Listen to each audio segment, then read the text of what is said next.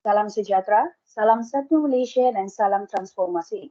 Hadirin yang dihormati, sebelum saya memperkenalkan ahli-ahli panel saya, izinkan saya untuk memberi pengenalan serba sedikit tentang tajuk forum kami pada hari ini, iaitu Asal-usul dan Sejarah Kaum India di Malaysia. Seperti yang para hadirin ketahui, kita yang hidup di Malaysia ini mempunyai pelbagai jenis kaum. Malaysia mempunyai 32.75 juta penduduk dan 6.6% dari penduduk ini merupakan kaum India.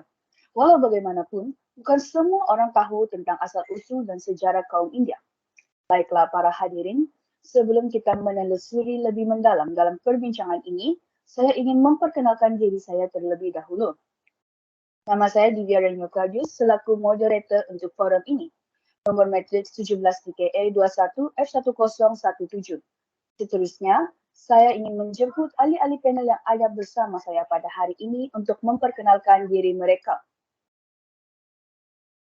Saya Isabel Yap, nombor matriks 17DAS21F1058 sebagai panel pertama. Saya pula Adria Emerald, nama matriks 17-21F1062 sebagai panel 2. Saya Kiran Raj Natarajan, nombor matriks 17 DKA 21F1021 sebagai panel nombor 3. Terima kasih ahli-ahli panel atas perkenalan diri sebentar tadi. Para hadirin yang dihormati, apakah yang membuat kaum India datang ke Malaysia pada zaman dahulu? Saya ingin menjemput panel 1 untuk memberi pendapatnya. Pada pendapat saya, kaum India wujud di Malaysia adalah disebabkan oleh jasa British. Hal ini dikatakan demikian kerana keadaan sosial ekonomi yang buruk di negara asalnya. India pada masa itu mempunyai penduduk yang banyak sehingga menyebabkan kekurangan peluang pekerjaan.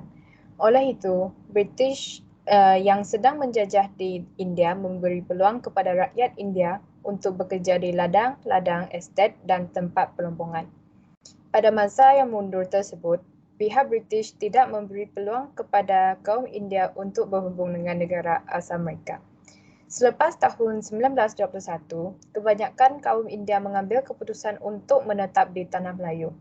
Maka terbuktilah bahawa kaum India wujud di Malaysia melalui dasar British. Demikianlah penjelasan dari panel 1 tentang dasar British di Tanah Melayu yang pada pandangan saya merupakan satu penjelasan yang cukup menarik. Seterusnya, kita akan beralih ke panel kedua. Apakah pendapat anda mengenai topik ini?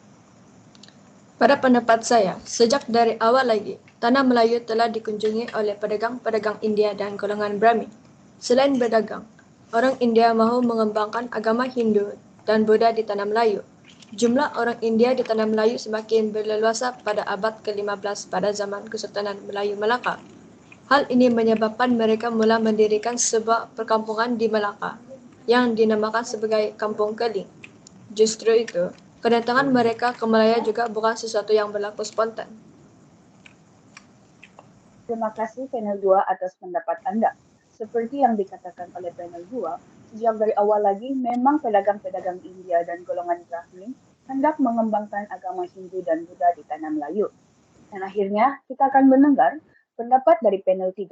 Sila utarakan pendapat anda.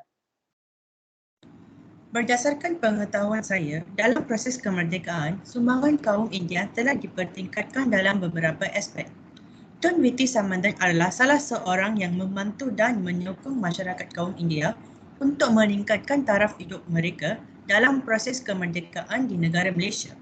Sebagai contohnya, beliau memberikan pembelajaran dan pendidikan dengan mengukuh sebuah sekolah Tamil yang dinamakan sebagai Mahatma Gandhi Kaldi Saleh kepada anak-anak pekerja yang bekerja di ladang atau estate dengan bantuan pegawai-pegawai British.